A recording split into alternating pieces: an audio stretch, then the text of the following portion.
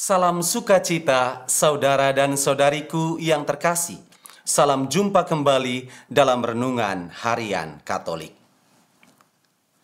Cara kita menanggapi kebaikan yang ditampilkan oleh sesama memang amat beragam.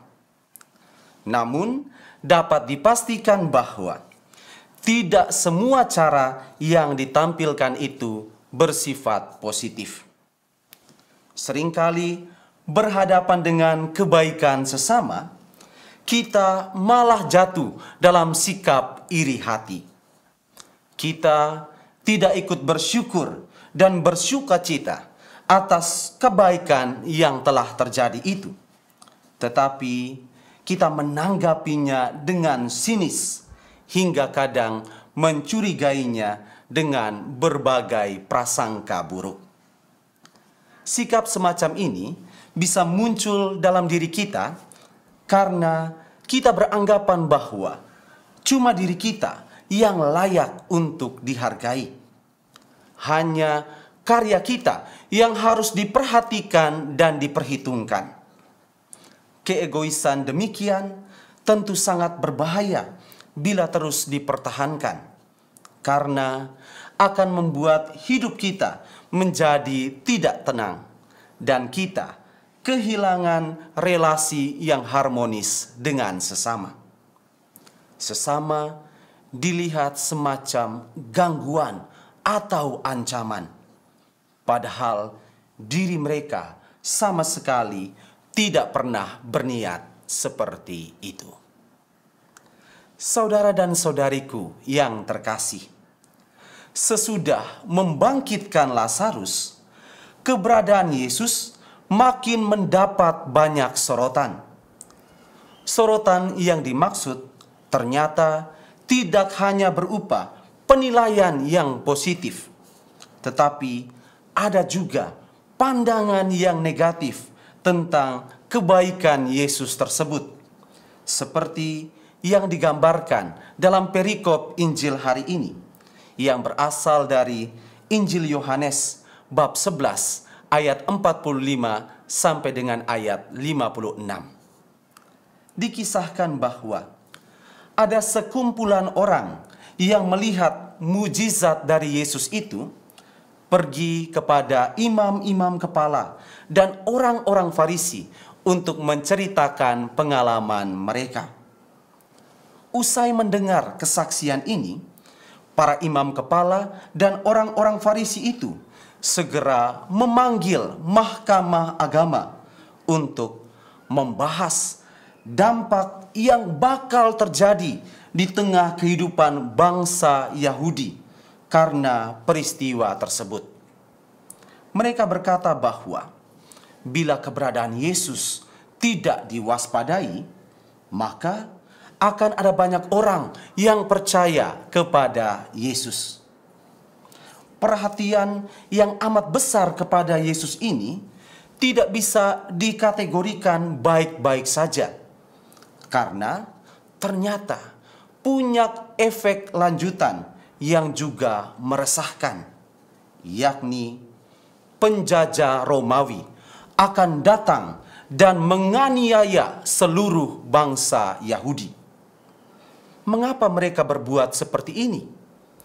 Karena pemujaan kepada Yesus dapat dilihat sebagai awal pemberontakan.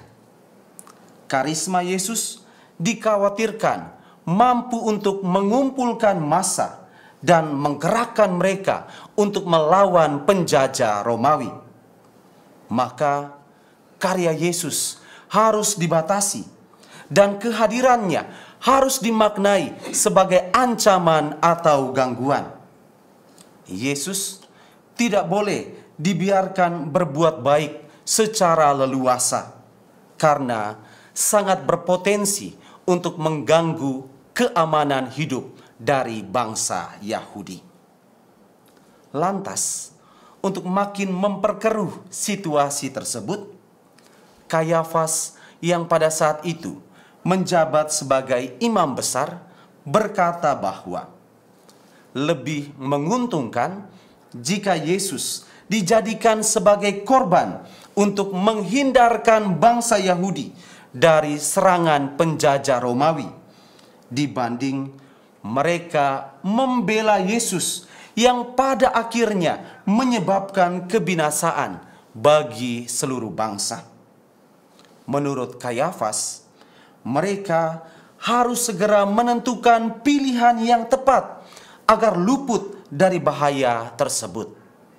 Dan ternyata pilihan mereka adalah bersepakat untuk membunuh Yesus.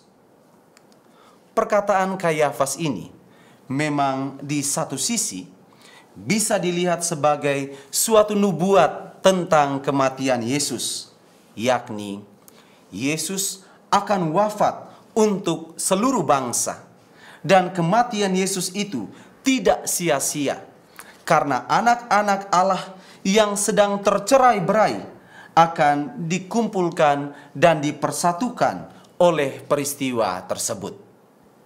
Tetapi di sisi lain, kita juga bisa mengartikannya sebagai luapan ketakutan dari Kayafas bahwa Yesus akan mengganggu kewibawaannya sebagai pemuka bangsa Yahudi.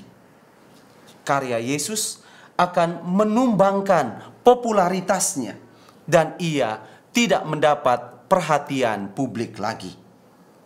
Maka Yesus secepatnya harus disingkirkan dari hidup bersama. Saudara dan saudariku yang terkasih, situasi yang dialami oleh Yesus ini seringkali kita hadapi pula dalam hidup harian. Ada orang yang berusaha menyingkirkan kita dari pergaulan karena kebaikan yang kita lakukan. Berhadapan dengan kenyataan ini, kita diharapkan untuk tidak takut dan pantang menyerah. Tetap tampilkanlah kebaikan tanpa berharap akan pamrih apapun. Kita harus selalu menjadi baik karena Bapa kita itu maha baik. Jangan mengecewakan Allah Bapa kita dengan kejahatan yang kita lakukan. Tuhan memberkati kita sekalian.